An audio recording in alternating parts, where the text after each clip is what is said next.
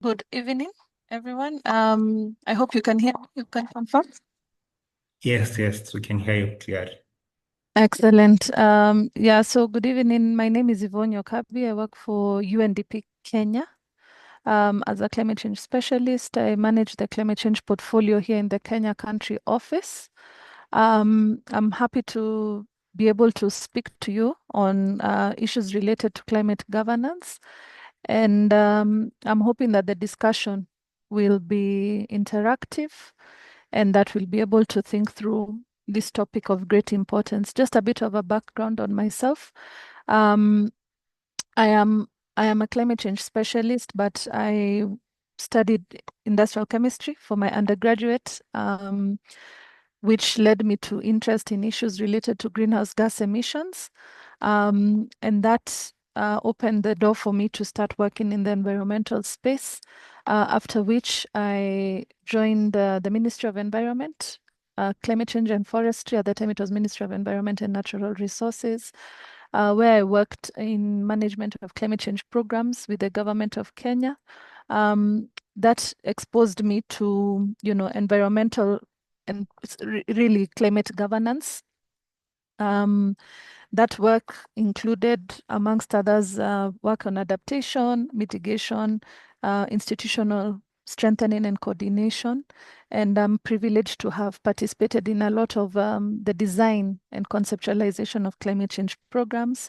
Of course, working very closely with the government of Kenya, also actually embedded in the government of Kenya, allowed me to be exposed also to the realities of climate change because, as you know, as an agent, the government is able to interact with multiple players, so private sector, communities, other government agencies.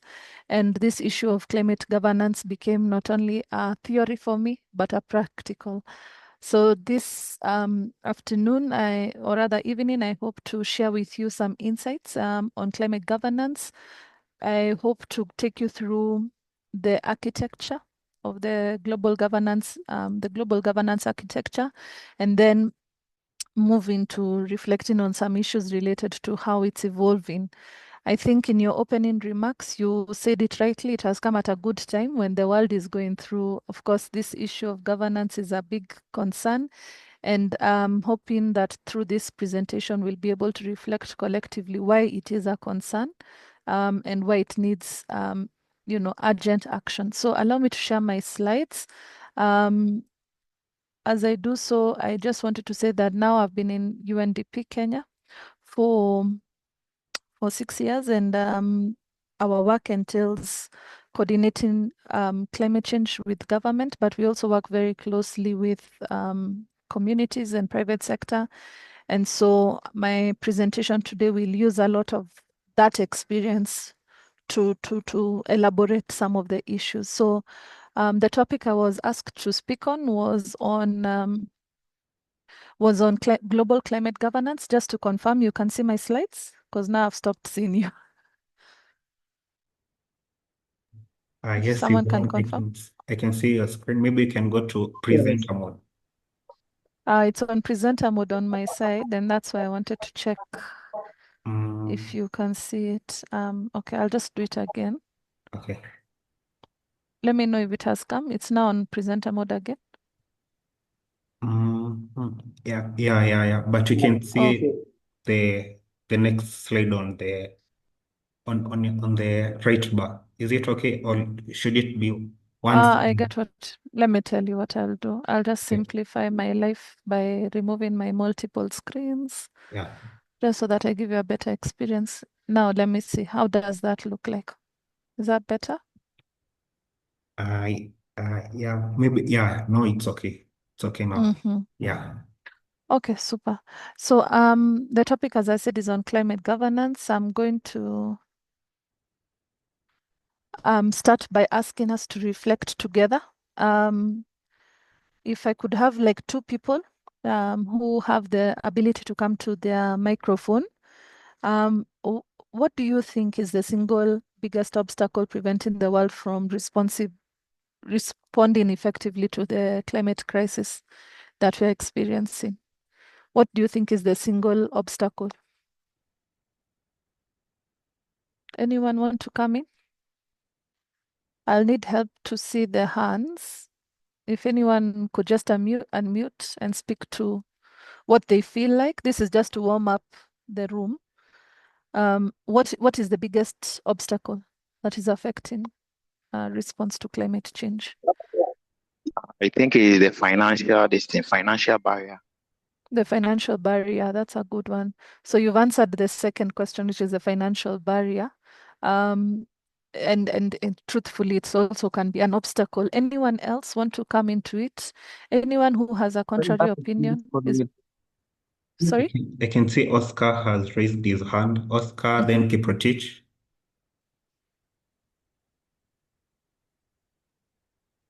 You're free to unmute yourself. Please, I also think that the world desire to achieve like industrialized world. That is rapid industrialization. And rapid industrialization, the need to produce goods for our use, right? And services as well. Excellent. Good point. Anyone, last person? Political will from the countries. The political will. The political will is also another area of concern. I would say that all those are correct responses, and that is to paint a picture of the complexity of addressing climate change. It is both, it is all these points, a political issue, a financial issue, technological and institutional. And that's why it's very critical for us to remember that it's not just one thing, but really how all these things interact with each other. And that's why when we're reflecting on the climate problem, I invite you to think systemically so that we can be able to see how do you understand first, how do they interplay, and then think around what can be the solutions around this governance issue. Governance, as anyone knows, is about addressing a problem that is commonly understood in society. And for climate change, everyone agrees there's a problem. Similar to the picture that you can see here, there are some who look at a picture of this number and say it's a number 6. Others look at it as a number 9. Is it perception or perspective? That's the question. And perception is really how you initially feel about the problem, but perspective is where you use knowledge then to frame the problem. And so we'll see that in terms of perspective, many people have a different way of looking at the problem. And for governance, this is very critical when it comes to climate change because it's a very complex problem, and agreeing on the solution first requires that there's common understanding, isn't it? And we know that for climate change, when it comes to the policy framing, that it is influenced heavily by political interests, right? There are some people who, as was said in the earlier response, who are looking to develop, and so they want to enhance their industrialization. We've seen countries like Nigeria invest even heavily in refineries, oil refineries. There are other countries that are saying, we want to process increasingly on the continent of Africa in this case. Then you have countries like China that are continuing to be the lead manufacturing hub of the globe. You have other countries like recently, as you've heard in the US, who are saying, we need to stop exporting our jobs and we need to do more production in their country. And so their political interests, by saying that they'll be producing more in the country, it attracts votes, isn't it? It feels like it's a responsible decision to protect socioeconomic growth of your country. There's also the reality of economic priorities, and you'll hear that a lot, especially on the African continent, where we are saying, we need to be able to produce goods and services on the continent and be able to take advantage of the large labor market that is amongst the youth. We have one of the largest bulge of youth on the continent. We are mainly developing countries, and so there's a lot of opportunities that are seen on the continent, and the reality is we have the natural resources for the same. So economic priorities really do play a critical role sorry, there's someone called Kapere who's drawing on the on the slides. But I hope you can see. Kapere, if you don't mind Maybe you could stop drawing on the slides to allow us to, thank you. We'll share the slides, no worries. And so there's also issues related to social cultural dynamics when it comes to climate policies. There are some countries that believe that, there should be no negotiation when it comes to issues related to nature because of reverence to nature. And we've seen that play out in the negotiations. And so the issues around climate policies are really complicated. And when looking at governance, every time you look at a governance issue, you have to pay attention to what are the interests. What are the interests? How do people understand the issues? And so countries will always approach the problem from different perspectives. And that's what we were saying earlier. It's important to pay attention to how do they understand the problem and this issue. Is it aligned to political issues, socioeconomic issues, or even issues related to sovereignty? Because there are people who look at the governance issue and say, it's an imposition. It's another opportunity for colonization, has been something that has been said. Whether that is true remains to be checked, but this is something that one has to always understand, that when you're coming to the issue of climate change, these are the realities of the governance problem. As we know, climate change then will have three major governance challenges. First and foremost, the globe is one. As many people say, we don't have any other planet. We only have planet Earth, and there's no other planet. I know there's efforts to get us to Mars, but currently we only have one planet. And so this is a global common problem in the sense that our atmosphere is one. And so emissions from country X will affect country Y in one way or the other. And so you cannot delineate and say the emissions of a country, say, for instance, Angola, will not have an implication on country Vanuatu. It's not possible. It's a global common problem. The second issue that climate change results in is unequal responsibility. And this has been part of the major debates when it comes to climate change, that that countries have not contributed the same way to climate change, and the emissions have been different, as you can see in the picture that I'm sharing in the slide. You'll find that there are heavy emitters that are emitting in large quantities, the emission. And so are we to have the same responsibility to the country that has almost nil emissions? That is the question. That has been the long-running debate. The last issue that I wanted to highlight is that it also results in unequal impacts. Many times, those are most affected by climate impacts are countries that are developing or underdeveloped, and therefore are more vulnerable already to the shocks of climate change. And therefore, when you have climate event, it affects their ability to bounce back because their budgets are limited. They already experience ecosystem strains. They have other challenges in terms of socioeconomic development. And so the impacts of climate change exacerbate already these issues. So the most vulnerable are found to have higher impact, and that is a concern and remains a concern in the negotiation space. And so when we look at these three issues, you can see why then we need international cooperation frameworks, because we all have to come to a common understanding that these three things are a reality.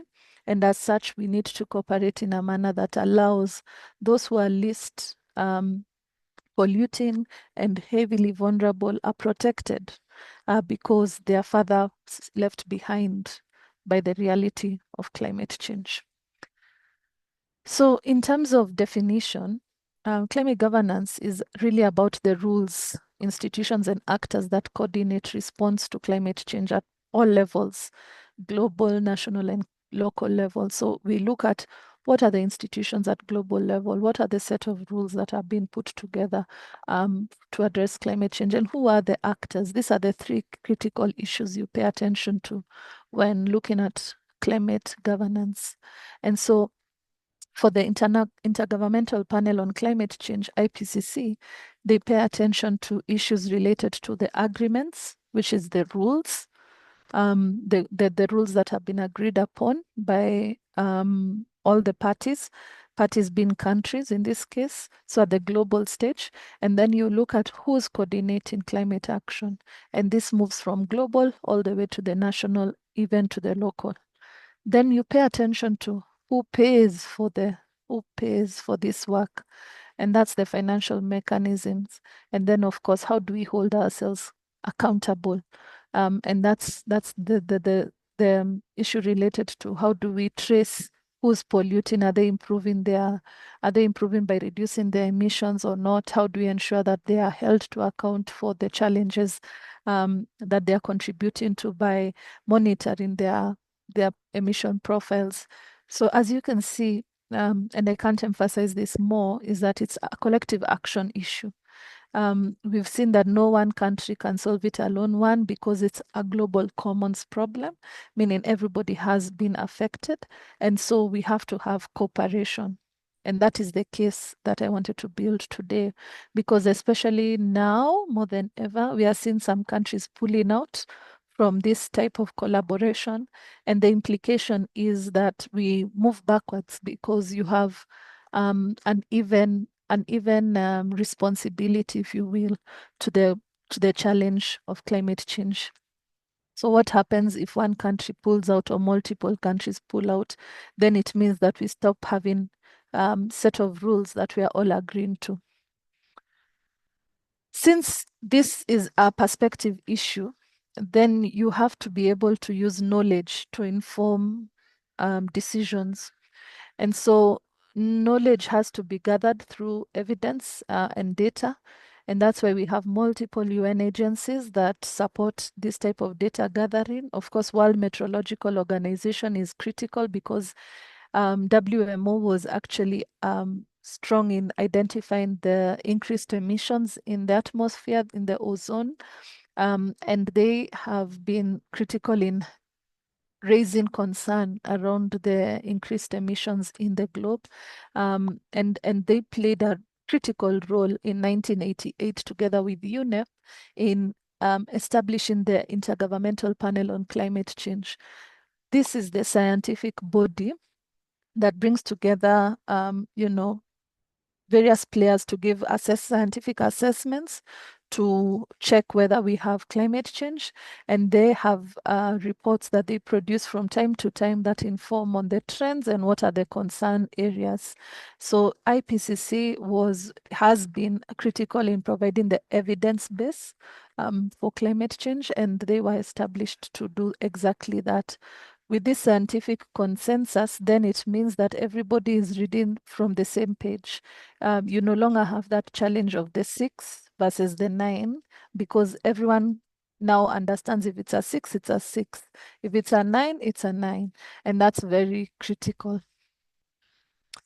So IPCC have had several assessment reports. The one written FAR is the first assessment report, and that was done in 1990, and they've continued to produce reports. We are currently entering into the 7th assessment report. But these assessment reports really check first the climate science. Everyone has to agree to measure apples with apples and not apples with oranges. And so they provide the climate basis, the science basis, for looking at emissions and the issues that have been observed in the world. They pay attention to issues related to impacts and vulnerabilities, mitigation and adaptation pathways. Mitigation being how do we reduce emissions, and adaptation being how do we build resilience to climate change. So these are all assessed in the assessment reports. And maybe just to mention, one of the concerns that has been with the assessment reports has been the underrepresentation of developing countries in those reports. So there has been a challenge of not having enough of our own scientific community to provide inputs into the assessment reports, meaning an underrepresentation of our voice and our realities. Given that IPCC is the scientific basis it requires evidences collected from the various parts of the globe, and these assessments have to be contextual. And so by not having our information and evidences profiled in this report, it means that even the solutions that come out from the negotiation then are not really representative of what the entire scope of opportunities we have on the continent to address climate change. And this has been one of the concerns with the IPCC. I'm happy to say that I think for Kenya, they have put in a lot of effort to strengthen this. And I believe even more African countries have stepped up to have more representatives. But it is one of the most influential points of the climate discourse. So one of the areas I want to share with you that you could already start to assess in terms of whether your country is having strong representation or getting enough from the negotiation space is to first check how much are they contributing even to these scientific reports, because this is where the common understanding of the challenge comes into play. So that's one point I just wanted to emphasize. Let me just say that, for the sixth assessment report, which is the latest, they found that, that human influence is completely central to the climate issues. They're the reason we're experiencing climate change, and that's why we say anthropogenic climate change, because human activity is responsible for the changes that we are seeing in the climate system. And currently, temperatures have already increased by 1.1 degree above pre-industrial level, and that's why in the negotiation they're saying we must limit temperature rise to no more than 2 degrees, because if we surpass that, then we are creating a system that is unbalanced and not able to function optimally, and that brings the real problem of not even being able to predict climate change events. And we can already see this is happening. So I'll breathe a little. Anyone have any questions so far before I continue?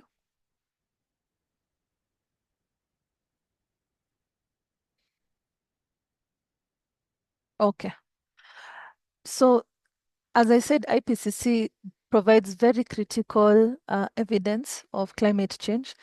And sometimes they report, so what they do, assessment reports from time to time. But they also do what are called special reports. And the special reports are when, global leaders are saying we are observing something wrong and we need more evidence of what's happening. And so they produce special reports from time to time upon request from the parties, and parties here means countries. And so they produced what is called the global warming of 1.5 special report. And this is basically to say that, there's need to even limit warming to 1.5, not the 2 degrees. And so this is already critical for us to be able to manage the global emissions. And for this report, the pathways that they were proposing first is to have deep cuts in emission through a full transition of our energy systems, how we operate within our land and industrial systems. They also proposed this issue around net zero to be reached by 2050, and even stronger actions to limit temperature rise to no more than 3 degrees by 2100. And so when they produce these reports, the onus then goes to the countries to say, what then can they commit to do to be able to meet this type of ambitions? And so through the framework of the UNFCCC, the United Nations Framework Convention on Climate Change, is where parties then come together then to come to an agreement on what can be done. So UNFCCC and was adopted by countries in 1992, with 198 countries coming into the agreement. And it gave them 2 years to get into force, meaning that everyone was required to comply. And so it entered into force in 1994 and became the international legal framework to address climate change. The objective is to stabilize greenhouse gases. And again, they are reliant on the number from IPCC reports. And some of the core principles that they brought into play were issues related to common but differentiated responsibility, equity, so sustainable development, and just paying attention to the need that countries have to still develop, but to do so in a manner that is sustainable, and of course how countries then can take action through precaution. And so it forms a framework for global climate change. And UNFCCC, as you know, has assemblies that they have that brings countries together through what is called the Conference of Parties. I don't know how many of you have participated. It's a beehive of activities. In fact, there's been a lot of critique around it. But really, the key role of the Conference of Parties is to provide decisions on, you remember, it's about, when we talk about climate governance, it's about the rules that are set into play. And so then the Conference of Party becomes the supreme decision body on what rules are going to be applied, what are some of the ambitions that they're asking countries to make, what are some of the institutional setup that they're proposing. That's all made a decision on during the Conference of Parties. I don't know how many of you have attended. The last Conference of Party I attended was in Dubai, and we had 80,000 delegates. 80,000. Someone even did a screenshot, I think, of the aeroplanes that were flying into Dubai, and the question was, are the climate change conference resulting in more emissions? It has become a beehive of activities because not only are decisions made, but there's a lot of networking and technology and knowledge sharing in these meetings, and that's the importance then of this space. But the Conference of Parties happens towards the end of the year.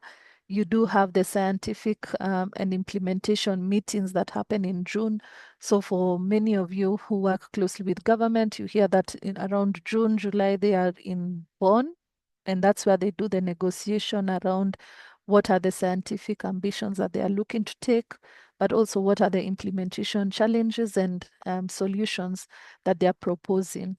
And so they have these meetings happen in Bonn, in Germany, every June, July. The climate calendar also has so many other new things that have been added over time, such as the climate weeks that help in, orienting regional issues. But the primary meetings are the subsidiary body meetings that happen in June in Germany, and then eventually the Conference of Parties that are held in different locations. And I think the next one that will happen in Africa will be in Ethiopia, which is very exciting for many of the African countries. But this is really where decisions are made. And during the COP event, you will find that there's a day when you have all the presidents or prime ministers or heads of government come in, and it's because they come in to basically agree to a decision that has been made in the Conference of Parties. And so that becomes one of the beehive of activity days in the COP, because you have world leaders coming to quite literally agree on a rule or an ambition that has been set at COP. So UNFCCC operates through the Conference of Parties. Every COP is supposed to deliver something. And so you hear who is the person called the COP president, setting the ambition for the COP, for the COPs. And basically, each of these COPs has had various landmark decisions that have been made. For instance, in UNFCCC was established through the Rio Summit. You had CDM being finalized in COP21 in Paris. It was still also the same time when the Global Accord, the Paris Agreement, was agreed upon. Then you had the rule book, that was agreed upon for the Paris Agreement in Katowice.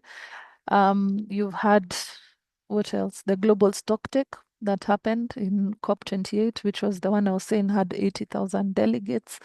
So each of the COPs is supposed to achieve a level of decision, if you will, around the climate rules. to review implementation. How are we doing in implementation of the agreements, and what can be done to continue to mobilize political momentum? So when it comes to governance and identifying political challenges, then this is really the space where there's a rallying of political momentum. And so, for instance, in the upcoming COPs, the issue around the US is likely to continue to be a pertinent issue, because when you have a big player like that leave, exit an agreement, then it has implications for a lot of the sustainability of the decisions that have been made, but also the goodwill around supporting this issue. It also supports, looking at what are some of the new areas that need support. For instance, the developing countries say that, we've been affected unfairly by climate change, and it has resulted in us having what they call stranded assets, meaning things that they will never be able to use that are an asset, a natural asset that they could exploit. For instance, oil, coal is a big one, especially in South Africa for Africa and other countries that have coal. What do they do with that asset when it can create jobs, right? So these are all things that are debated on. And that informs how countries then enter into the negotiations, and whether they agree to a common thing or they refuse to join, because the COPs are really negotiation spaces. And so these are some of the things that inform them. But like recently, we had what is called the Loss and Damage Fund, and that was because developing countries said that they have changes that have happened over time because of climate change that have affected how their land is responsive, how their economies have been affected either by one thing or the other. And so they are saying, we need to be compensated for the challenges that have happened through climate change because of what is called slow onset events. And so, like in COP27, one of the landmark thing was the agreement on the loss and damage fund. And I think last year they were also able to agree on how much that fund could have. So I don't know if anyone has any questions before I move into some of the major agreements.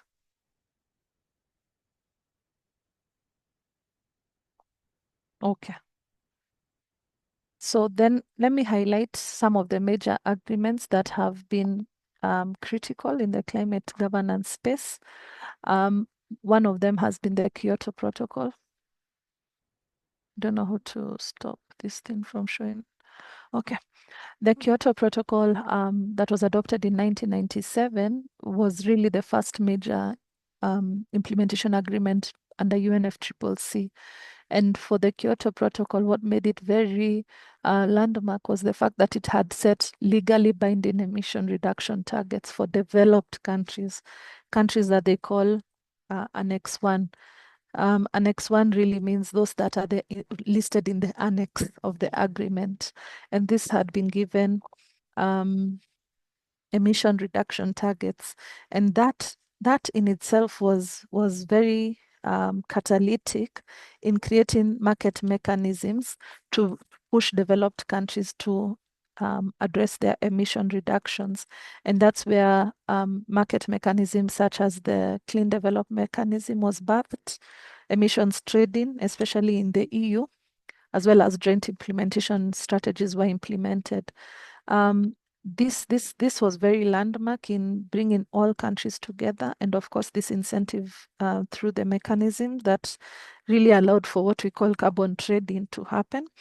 And so many countries moved to doing emission trading, but there was a challenge with the Kyoto Protocol in the sense that you had countries like US sign on but not ratify the agreement, the protocol. And they had issue because China was treated as an Annex 2 country, yet it was responsible for a lot of emissions. And this became the debates. And these are the realities when it comes to climate governance. You will always have this type of debates because it's negotiated into. And so those two were some of the pain points that led to its issues. And of course weak enforcement because of this emission, the capping of the emissions, but very weak enforcement in some countries. And so the Kyoto Protocol, while it was very landmark in terms of bringing countries together, it suffered this as a major challenge. It was followed then by the Paris Agreement, and there's a famous photo where you see President Obama, and he's surrounded by other global leaders. And this was already a change of tune in the sense that the US, who was a major player in making the Kyoto Protocol have its challenge, now had shifted to become a central player in bringing together the globe to address climate change. And so the Paris Agreement that came in COP21 was seen as transformational because it brought together all parties. In the Paris Agreement, we saw a shift. In the Kyoto Protocol, we saw a lot of responsibility with the developed countries. But in the Paris Agreement, we saw a shift in the sense that now every country was told, you have a role to play in limiting global emissions. Whether it's big or small, you still have to come on board. And so, whereas there was a lot of responsibility on the developed countries in the Kyoto Protocol, the Paris Agreement forced every country to consider what they could do to reduce emissions, and that is through what we call the nationally determined contributions. So every country was required to design its own and commit to a nationally determined contribution, which in essence says, this is my country, say Kenya, and we are looking to reduce our emissions by X amount, right? And every country would submit this to the UNFCCC. They also agreed that, in order to monitor, you remember one of the principles is to monitor and hold to account. They would have something they call a global stock take every 5 years. And the last one happened in Dubai. And this was to check whether we are on track to reduce emissions. They also have mechanisms that have been agreed upon to enhance transparency, so that one, you can follow who's emitting, what work is being done to build resilience, but also how is climate finance flowing. These are all issues covered under the transparency framework. And of course, climate finance commitments were made. I saw like there was a question on the chat. I don't know. Okay, I'll share the notes. So the Paris Agreement really was landmark in the sense that we had the US this time become a major player, like I said, and you have all these countries coming into play. For Kenya, for instance, there was an they had committed to reduce emissions by 30% against their business as usual, meaning their baseline emissions. And you found all countries in the globe made a commitment. And this became very significant in the sense that now you're saying you remember we said it's a global common problem, and that means a global common solution has to be adhered to. Not common in the sense that everybody is uniform, but everybody is doing something about it. And the NDCs then became that. As we said, there's one thing to set the rules. You have the institutional structure, like we've been saying, but the other thing that you really need to implement climate action, of course, is climate finance. And this is especially relevant because you need to really support the developing countries to be able to implement climate action, because as we've said, they are significantly affected and their budgets are already constrained. So climate action creates a new layer of complexity for the country. And so to support them to implement climate action, they would need commitments from especially developed countries. And so climate finance has gone through metamorphosis, if you will, through the same negotiations. And you've had, for instance, in Copenhagen in 2009, I think Wangari Maathai was there. They committed to mobilizing 100 billion every year by 2020. And that has been one of the performing commitments, if you will, that have developed countries have had. And that has been one of the issues around the negotiation. So every negotiation, you'll hear this issue of we have still not been able to have the climate finance commitments met. And this is where that number came from. But still, that said, in COP16 the next year, we had the establishment of the Green Climate Fund. And this Green Climate Fund is supposed to provide quick finance through, capitalization by developed countries to be able to support climate action. And so they resource the Green Climate Fund. And as you know, the Green Climate Fund, you write a proposal that's bankable, submit to GCF, and GCF can finance climate action in developing countries. Of course, there are many issues that have been raised around GCF, including the complexity of it. But this is one instrument that has been designed to address climate change. I see a question in the chat. I'll give you a chance maybe after this to ask the question. And then you have the same commitment for 100 billion still been moving from COP to COP to COP to COP. And as you can see, it's still one of the issues that has remained largely a concern because it has never been hit. And so every COP you'll hear people say, why aren't developed countries meeting their commitment to resource and provide finance to developing nations? So it continues to be an issue. Even in the next COP, it will continue to be an issue.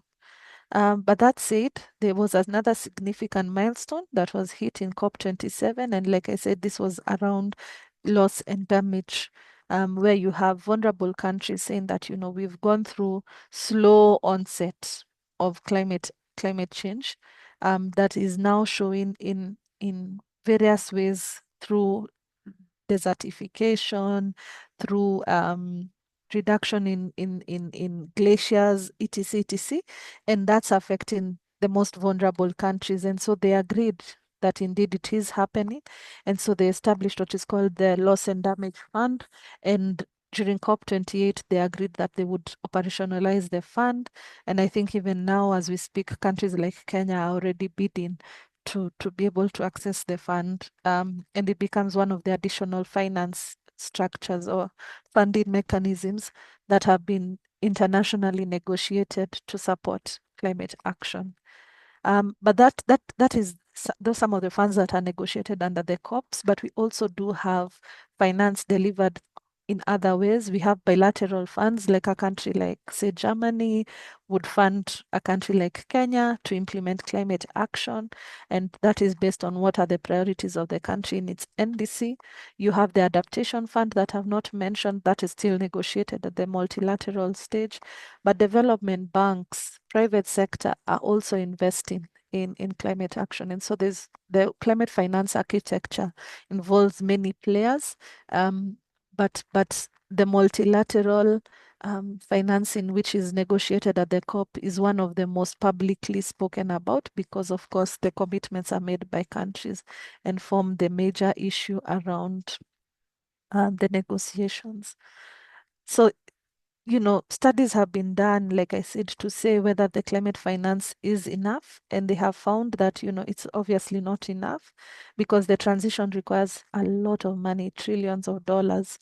I don't know if you translate trillions of dollars to your currency, what number that would look like, but it's a lot of money. And really, the flows are really insufficient because you still have a very little moving to where it's needed most. And studies have been done, including the study that I'm citing here by the Climate Policy Initiative. And that's why you will find that every other negotiation, this issue will always come into play. And of course, developed countries have pushed back and said, we can't finance all the climate action that you require as a country or as countries, and there needs to be commitments from your own budgets. And we have seen governments in developing countries increasingly respond, but that still is insufficient. And so this is one of the central governance challenge that continues to permeate in the negotiations. I can stop here first because I'm moving towards winding down, and maybe I saw two questions in the chat. I think Brian, I confirmed that I'll send. Adesina said that how can developing nations of the world like Nigeria be benefited from global climate governance since we emit climate forcing gases like nitrous oxide, sulfur dioxide, carbon dioxide, chlorofluorocarbons, compared to the advanced countries of the world? That's a good point, Adesina. I think you're asking how can we be held more accountable because of the issue, the climate forces that you're emitting as a country. And I think that's the issue around accountability, right? So maybe if you want to elaborate the question before I respond, are you okay with just what you've written, Adesina?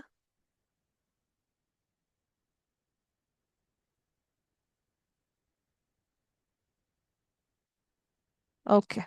No, I think what you've raised is a very good question. Many times we say it's the developed countries, and for that we usually pay attention to countries in the global north that are the emitters. But it's true that there are countries within the global south that are emitting, and they are emitting, gases with high global warming potential and are contributing to climate change. And so, that is really the spirit behind the Paris Agreement, was really for all countries to reflect on their own contribution, right? So one of the tools that the UNFCCC uses to hold to account countries is what is called a greenhouse gas inventory. I don't know if Adesina, you've seen the GHG inventory for your country. They're supposed to account for the emissions that are being produced in the country, and they write what is called a national inventory report. That is the first basis, or first saying what is the quantum of the gases that are being emitted, so that one can be able to say, what then will you do to mitigate or reduce these emissions? And that's how countries are expected to, logically follow that emission. And so countries like Nigeria have a national inventory report. I read Nigeria's second national inventory report some time back. But you'll find within their NDC, then they have defined the measures that they will take to reduce the emissions. And in particular, they pay attention to those that have been identified in the inventory. So if it's nitrous oxide, they'll come up with mitigation solutions to reduce nitrous oxide emissions. Unfortunately, developing countries don't get as much heat when it comes to emission reduction because they hide behind, and I'll use this word very deliberately, they hide behind the veil of we are developing, so we need to be able to emit a certain amount of gases. But the truth is, every country should really be looking at it as you're contributing to a global number. And so you really need to do more to reduce emissions. And that's why NDCs are critical. But as a citizen and as those who work in a country, you are the ones to hold the country accountable. And unfortunately, many people don't read this type of reports. And that's one of the challenges when it comes to climate governance. It means that you don't hold your own governments to account when it comes to reducing emissions. But that is the avenue and the tool to hold them to account. And also come up with innovations and solutions to address the problem. So it's true they don't get a lot of the heat when it comes to the international negotiations. But remember, that's why countries like US come and push and say, everybody has played a role, so you should do something.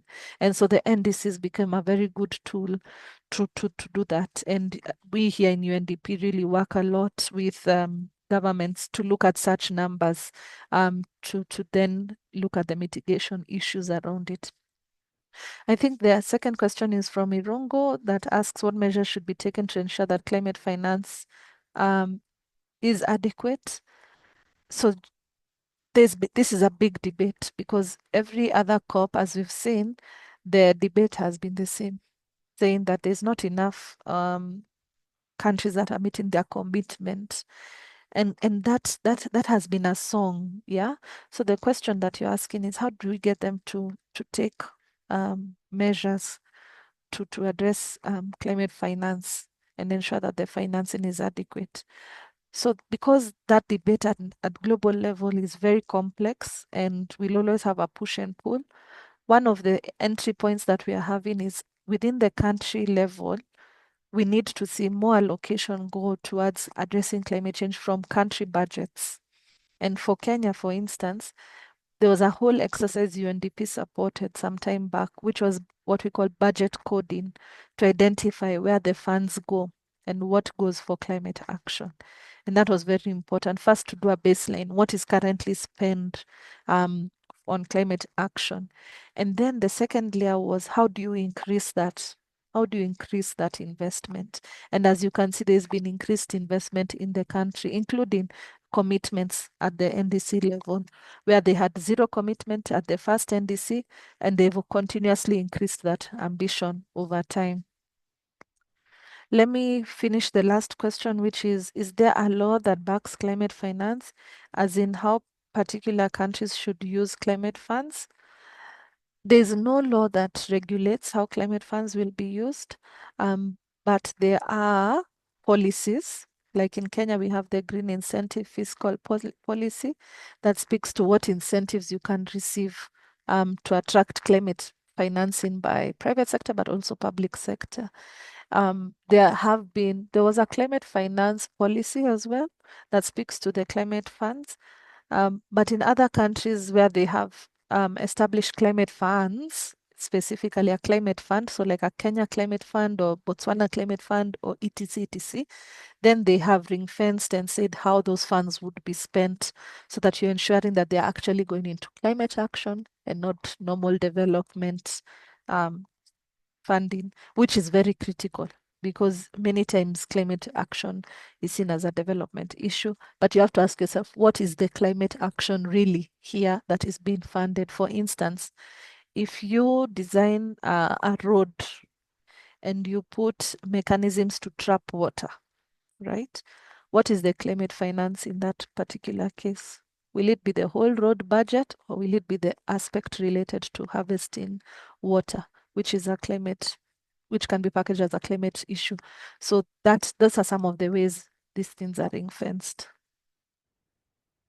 Do we mean that climate developed countries do not have climate finance gap? That's a very good question, Marina, and they do. The quick answer is they do. Countries in developed countries do have climate finance gaps, and that is really because of the government of the day and how they are incentivizing or budgeting for climate change. And so we've seen, like in the US right now, we've seen budget cuts, right? A very real issue is they're having budget cuts for climate action. And it's because they're not recognizing climate change under the government of the day as an issue. And so you do have developed countries that experience climate finance gaps, but they are supposed to already look at how they can be able to meet that gap, because remember, they are developed countries, means they have the how would I say, the room to reconfigure their financing so that they prioritize climate action. That's how it's looked at in this case. So maybe where they are saying that they're spending heavily on something, they can introduce things like carbon taxes to get more additional financing. So they have the bandwidth, is basically what we're trying to say, to be able to meet that can be in their own financing architecture. Let me end with HP's question. I think, how does climate change impact agricultural productivity? It's a really good question, and maybe that's actually where we should have started. Climate change is affecting, as you know, two things. It affects temperature. So with increased temperature, then you'll have less rainfall. So precipitation will be affected, either to become less or too much. And so for agricultural productivity, both scenarios are bad. Because when you have less rain, it means that you have less water for the crops, right? So you'll have reduced productivity of your agricultural resources, including livestock, who require pasture for eating, right? At the same time, if you have too much rain, flooding events, then you're likely to have, damage to the farms. It will flood the farms, and therefore you'll not have production. So agriculture is one of the heavily affected sectors when it comes to climate change. I have very few slides remaining, so let me now go back to the issues that I wanted to share with you. As you've seen, when it comes to governance, one of the aspects that you pay attention to is issues related to equity and what we call climate justice. And from the multilateral debates, meaning many countries, when they come together to debate, there's the issue of developed and developing countries, right? Where you're saying the developed countries have emitted heavily over time, they've industrialized, they've actually been able to leapfrog economically, but they've caused this damage. And the developing countries have just, for so many of us, we've just come out of colonialism, we've become sovereign nations, and now we are trying to build up economically, but the vulnerabilities that are already there are real, and climate change then comes to add to those vulnerabilities. So that's what is really looked at when it comes to climate equity and justice issues.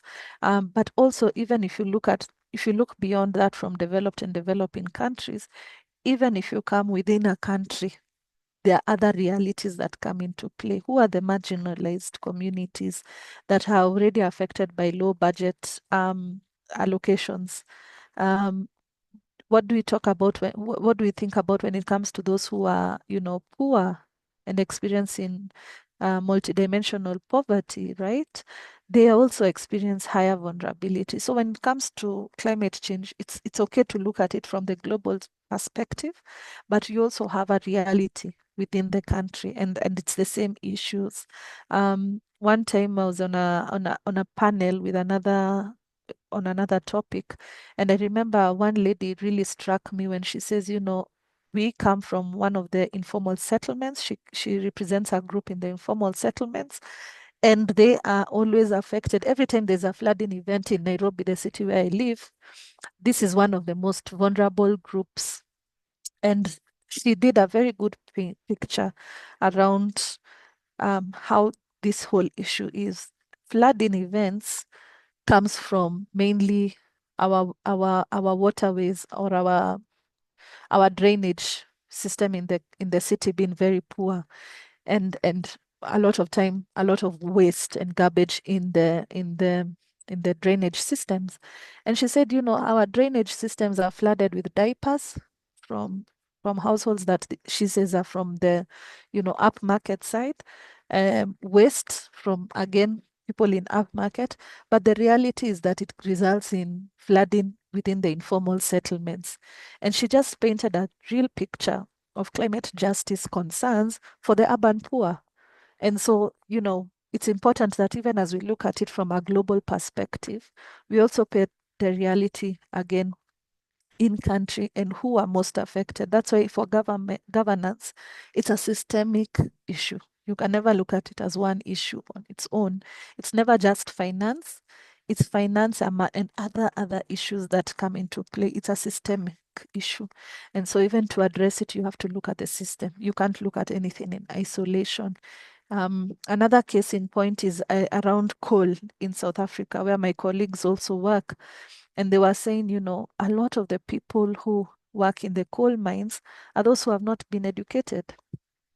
And so when you go and make a decision to close coal plants, what happens to the jobs of those people?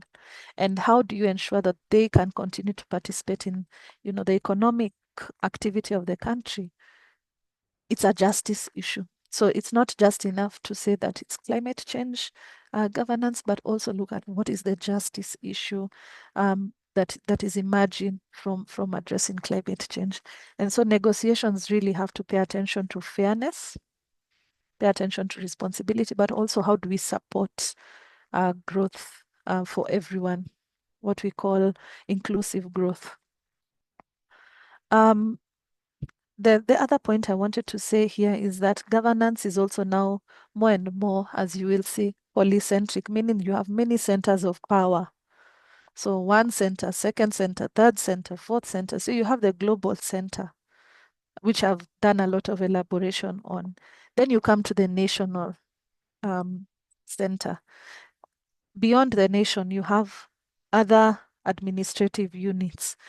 For Kenya, for instance, we have, of course, the city, but you also have the counties, which are our subnational units. And even those subnational units go all the way to the grassroots. So governance for climate change is not just global national or national global. You go all the way to the bottom, which means the grassroots level. And so this is very critical when analyzing the climate governance issues, because unless again you look at the system to go all the way there, then you will only address things that can be left in rhetoric. Basically, you've just said something, but it's not been translated, and means that it will not be a reality when it comes to climate action. Now we are seeing more and more private sector come into play, and they are doing what are called net zero commitments. And this has helped private sector invest more in climate change. Finally, is that climate change is, we have three planetary crises. Yeah, we have climate change, that is one crisis. You have biodiversity loss and you have pollution. And none of this, again, is isolated. They have interplays with each other. I think the Nigeria question was a very good one because of the gases that you identified. That's a pollution issue, but it's also contributing to climate change. And in one way or another, also biodiversity loss. So it's very critical that in the governance discussion, you look at the integration of all these things. So I'll end with these slides. Again, I started with a reflection and I'm going to close with a reflection and open up for discussion if you would want to comment. Is that we've seen that we have a very global, we have a very strong global architecture for climate change.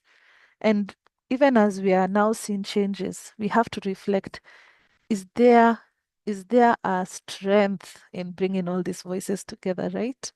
If the US pull out and another country follows, what then is the weakness that we'll experience? Is this even a necessary thing? There are many people who've been arguing against the conference of parties. Do you see merit in that argument and the merit of the same? It would be nice to hear from you. I think the other issue that is worth bringing to our awareness is we've seen many concerns around the institutional, the rules, the transparency, issues related to equity and justice. What else are you finding is a major gap in implementation? And has it been addressed significantly? And finally, how much more, or what can developing countries do to continue to shape the future of climate negotiations? We've seen the Kenyan president and the Africa Union come strongly in the last few years to have what they're calling the Africa Climate Summit. And really the desire or the ambition of that summit was to say that we want African voices to be heard, and we want to be able to do more to the negotiations and not just wait for top-down, forgive the language, but we don't want things coming from the top, in this case, the UNFCCC to the African nations for implementation. But how can we also influence? And that's why you see more effort around the Africa Climate Summit. We've had two. The first one was in Kenya, the last one was in Ethiopia. But how else do you think that developing countries, and this means even in Asia, Latin America, Europe, etc., can participate in can influence climate negotiation? That was my last slide. I'll stop here. And yeah, as I take a breath, I don't know if anyone wants to come in to have any reactions. I see the chat is quite busy. Jessica, thank you.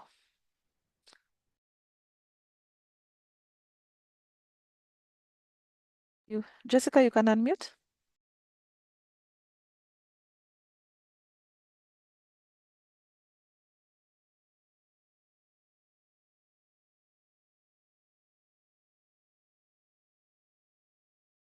Jessica, I don't know if it's the question you had on the chat. I think you asked, is it possible for certain measures to be implemented to avoid the issues of flooding due to lack of proper drainage system, or is that an issue of country?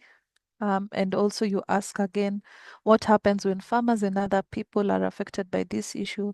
How effective is the help system in developing countries? That's a really good question. I can answer it in the context of Kenya.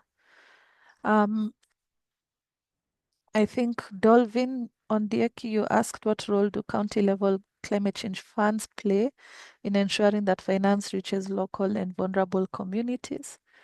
And again, you ask what role do county, you ask the same question. Let me start with Dolvin's question. And to confirm that, these county level climate change funds have been seen as a breakthrough in the climate finance architecture. Because one, it's ensuring that funds reach those who need it most. And it is empowering communities to be able to participate in climate action. And so it has become a breakthrough. And I have to say, Kenya has been one of the leaders in this, in the sense that you are empowering communities to think about their problem. So you won't find the drainage issue everywhere. Other parts of the country experience different things, and it's the reality even across Africa. You won't find harmony in the problem. Every problem is contextual.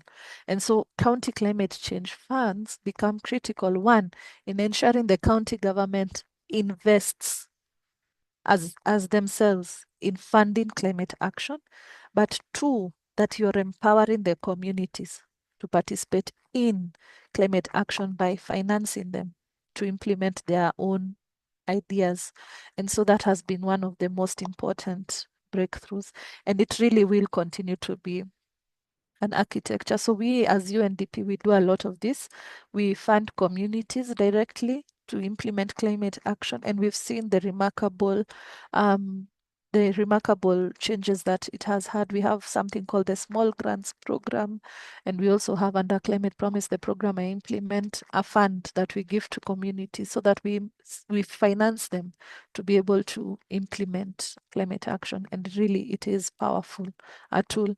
I think, Jessica, related to your question around the drainage issue, there are many solutions, and engineers really do know a lot of these solutions. But it is not an infrastructure problem. It is a behavioral problem. Remember, I keep emphasizing these things are all systemic, right? So you can build the best infrastructure, but people still dump and block, which is a problem, especially in Kenya. People still dump and block the infrastructure, meaning that it's not able to deliver what it's supposed to deliver, which is the water outflows. And so you have to have behavior change, you have to have infrastructure investment that happens in there. You also have to be able to consider new innovations and new technologies. Like in China, when I was in China, they showed us something they call a sponge city, which means you're really re-engineering your city to be able to have, literally tunnels to take in the water and put it in a reservoir somewhere. And it's very innovative because then when you're lacking water, then you just pump that water back. So it's an engineering issue, it's an infrastructure investment issue, it's a behavior issue. So there are many things that would be part of this drainage concern. And finally, I think the question that you ask is, what can communities be done to? And here is where civil society plays a critical role, but also governments play a critical role in the same place. I don't know if you want to help with the questions so that it's not monotonic. Yeah, feel free to unmute yourself and maybe ask your question. I can see Marina has a question. Oscar, feel free to unmute. Hello. Please, my question is, in the context of our discussion, I would want to ask if the world, that is the UNFCCC and then the COOS, are we now looking at mitigation methods or adaptation strategies or both? Thank you.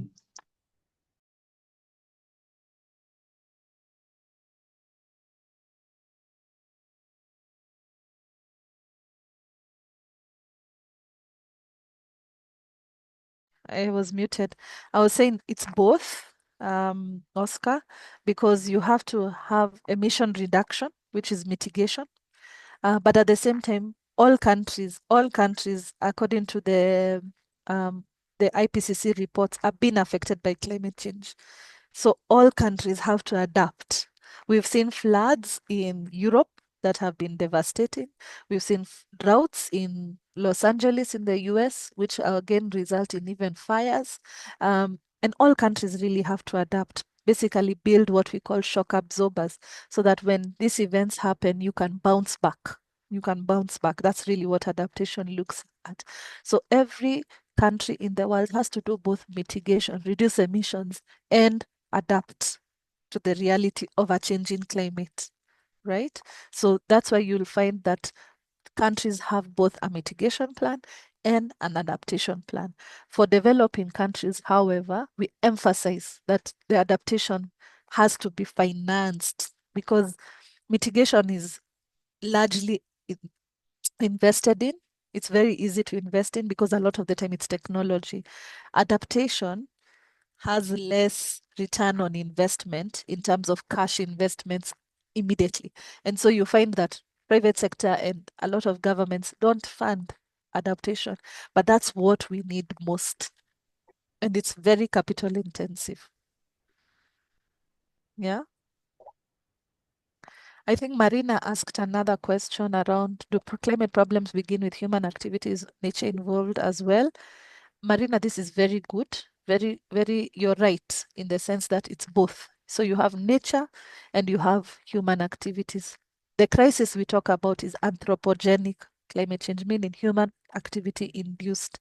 But we do have events such as volcanoes, right? And that causes a lot of emissions all at once, where you have ashes spewed, and those gases that are emitted are all forms of gases, and they do cause climate change.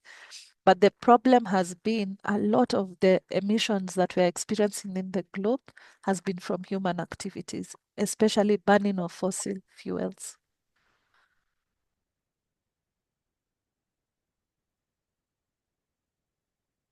Yeah. I think I'll stop here. Anyone else? Anyone else? Maybe for a comment, anyone? Yeah, I think that was a very engaging session. Yes. Thank you so much, Yvonne, for the insightful lecture and for walking us through the evolution of global climate governance from the adoption of the UNFCCC to the Kyoto Protocol to the Paris Agreement at COP21 and the global climate finance architecture. These frameworks continue to guide international efforts to stabilize greenhouse emissions and strengthen climate action worldwide. Thank you as well to the students for your active participation and engagement. We look forward to seeing you in the next Acclimatized Guest Lecture. Have a great evening, afternoon. Yeah.